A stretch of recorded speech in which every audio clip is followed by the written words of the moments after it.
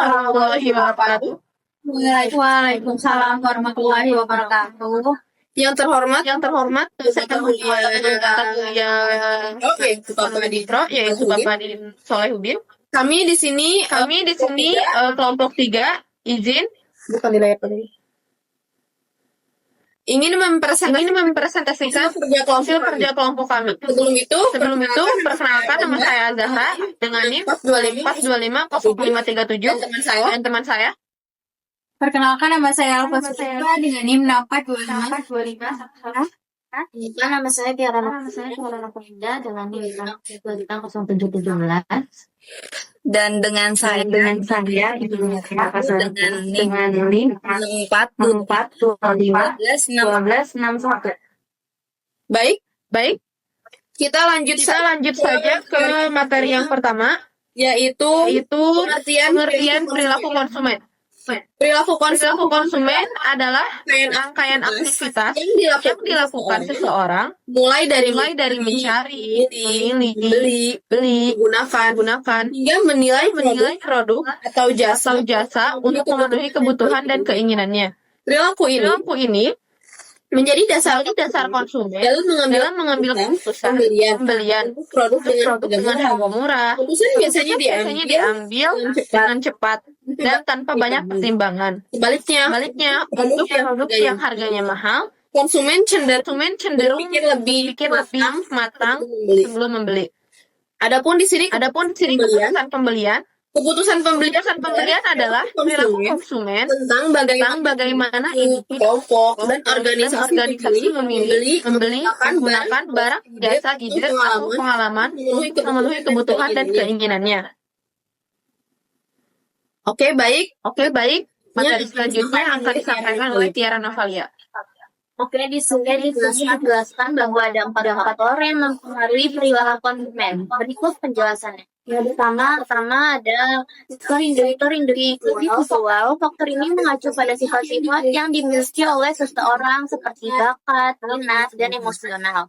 Selain itu juga ada faktor seperti umum, kelompok usia, dan lingkungan. Yang kedua, faktor ekonomi. Faktor ekonomi berhubungan dengan harga barang, pendapatan yang dimiliki oleh konsumen, dan adanya situs. Selain itu juga ada aspek lain seperti lingkungan fisik, panas, dingin, kering, dan basah. Besar keluarganya, tersedia krisis murah untuk konsumsi, operasi, bank, dan kekayaan yang sedikit. Yang ketiga, faktor sosial. Bisa dibagi bahwa ketika seorang tinggal dalam suatu wilayah, orang tersebut harus menyesuaikan diri dengan lingkungan sosialnya. Lingkungan sosial berpengaruh positif tindakan pembeli. Yang terakhir ada faktor kebudayaan. Pertimbangan ini berdasarkan agama, adat, dan kebiasaan dapat mempengaruhi seseorang untuk melakukan konsumsi. Selain itu juga ada studi kasus. Di kasus ini contohnya seperti Rina memiliki uang sebesar 50.000 untuk masak pria. Di sekitar sekolah terdapat pilihan 2 bakso. Yang pertama itu ada bakso X dengan harga 10.000 per porsi dan bakso Y seharga 20.000 per porsi.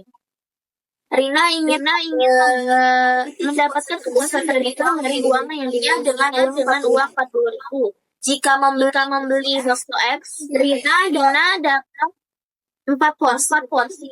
Jika membeli bakso Y, Rina hanya mendapatkan 2 porsi.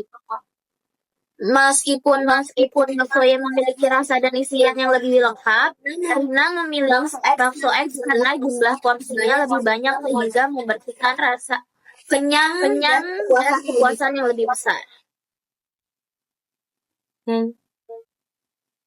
Untuk selanjutnya ada yang namanya teori perilaku produsen. Perilaku produsen sendiri adalah kegiatan yang merujuk pada serangkaian tindakan ataupun kegiatan yang dilakukan oleh produsen untuk menghasilkan barang ataupun jasa. Tujuan dari perilaku produsen ini tidak hanya terbatas pada pemenuhan kebutuhan konsumen, tapi mereka juga melibatkan adanya aspek keuntungan. Menurut Cosma Sariguna Johnson Kennedy dalam buku Ajar Pengantar Ekonomi, perilaku produsen ini melibatkan pengaturan produksi dengan tujuan untuk memperoleh keuntungan yang maksimum dan mencakup kegiatan pengelolaan produksi untuk menghasilkan barang atau jasa. Untuk selanjutnya adalah perilaku produsen di dalam memperoleh keuntungan. Perilaku produsen dalam memperoleh keuntungan itu memiliki 5 poin. Yang pertama adalah dapat menentukan harga atau pricing. Penentuan harga di sini merupakan aspek yang sangat krusial di dalam perilaku produsen. Karena produsen perlu memastikan bahwa setiap harga yang sesuai dengan biaya produksi yang dikeluarkan dan dapat bersaing di dunia pasar. Sebagai contohnya itu adalah usaha otomotif. Mereka dalam menentukan harga mobil itu bisa berdasarkan merek dan persaingan harga di pasar. Yang ditetapkan akan mempengaruhi persepsi dari konsumen terhadap penilaian produk yang mereka hasilkan. Kemudian yang kedua adalah sering melakukan penelitian pasar atau market research.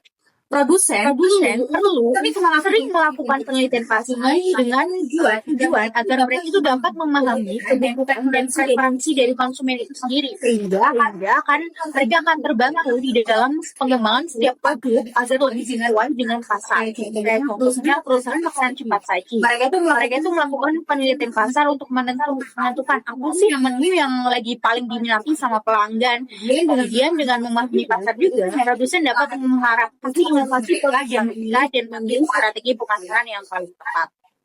Kemudian untuk poin yang kedua adalah selalu mencari inovasi produk atau produk innovation. Inovasi produk ini adalah dalam menjaga daya saing. Perusahaan teknologi Apple mereka pun terus mengeluarkan versi terbaru dari produk mereka dengan menambahkan fitur-fitur yang lebih inovatif, sehingga inovasi produk ini tidak hanya memenuhi kebutuhan pelanggan saat ini, tetapi juga menciptakan adanya permintaan yang baru. Kemudian yang keempat adalah melakukan pemasaran atau marketing. Pemasaran di sini merupakan cara utama produsen di dalam menginformasikan konsumen tentang mereka produksi. Hal ini melibatkan periklanan, promosi, dan juga strategi penjualan. Adanya adalah kayak minuman soda, kayak Coca-Cola. Mereka itu sering melakukan adanya kampanye iklan dengan tujuan untuk meningkatkan adanya kesedaran merek dan merangsang permintaan pelanggan. Kemudian poinnya kelima adalah pengelolaan sumber daya atau research management. Produsen di sini harus bisa lebih efisien dalam mengelola setiap sumber daya, termasuk di dalamnya adalah tenaga kerja, bahan baku, dan modal usaha. Kayak contohnya tuh pabrik manufaktur dapat mengoptimalkan produksi menggunakan teknologi yang jauh lebih modern, mengelola setiap stok yang ada dengan baik untuk meminimalisir adanya pemborosan. Pengelolaan sumber daya yang baik ini bisa membantu produsen meningkatkan adanya efisiensi dan mengurangi biaya produksi. Kemudian ada strategi produsen di dalam menetapkan harga dan memberikan diskon konsumen. Di sini ada 3 jenis strategi ya. Strategi yang pertama adalah waktu diskon. Waktu diskon di sini itu artinya memberikan diskon pada waktu-waktu tertentu, kayak misalnya di malam. Mereka tuh diskon dengan batasan waktu tertentu. Pokoknya itu kayak diskon 75% untuk pembelian di atas jam. Kemudian yang kedua adalah diskon awal bulan. Awal bulan di sini kan waktu di mana kebanyakan pekerja mendapatkan gaji mereka, jadi uang dari gaji mereka itu masih belum banyak terpakai untuk gaji. Jadi mereka memilih untuk mencari diskon kayak contohnya tuh diskon 20% all item untuk setiap di tanggal 1 sampai tanggal 5. Kemudian yang ketiga adalah diskon referral. Diskon referral ini artinya rekomendasi dari pelanggan yang udah ke pelanggan baru yang belum membeli. Contohnya itu kayak diskon 20%. Pembelian berikutnya dengan mengajak kamu bergabung dan dapatkan diskon 20% untuk pembelian pertama mereka. Oke, untuk selanjutnya akan dijelaskan oleh Manuel ini. Oke, di sini ada studi kasusnya itu dengan gaya produsen roti. Usaha roti Matia memproduksi seharinya dan memperoleh keuntungan maksimum dari kegiatan produksi. Biaya produksi yang dikeluarkan itu yang satu, biaya produksi satu roti menghasilkan Rp2.000 dan harga jual satu roti itu di Rp5.000. Analisanya itu, produsen memiliki modal terbatas sehingga harus menentukan jumlah produksi yang paling menguntungkan. Jika produksi terlalu sedikit, keuntungan kecil. Jika produk terlalu banyak, biaya meningkat dan ada roti yang tidak terjual. Produsen memutuskan memproduksi 6 roti karena pada jumlah tersebut keuntungan paling besar. Berikut tabel produksi dan keuntungannya. Saya tampilkan. Boleh diteliti lagi ya, Pak. Dan di sini ada grafik untuk keuntungan produsen.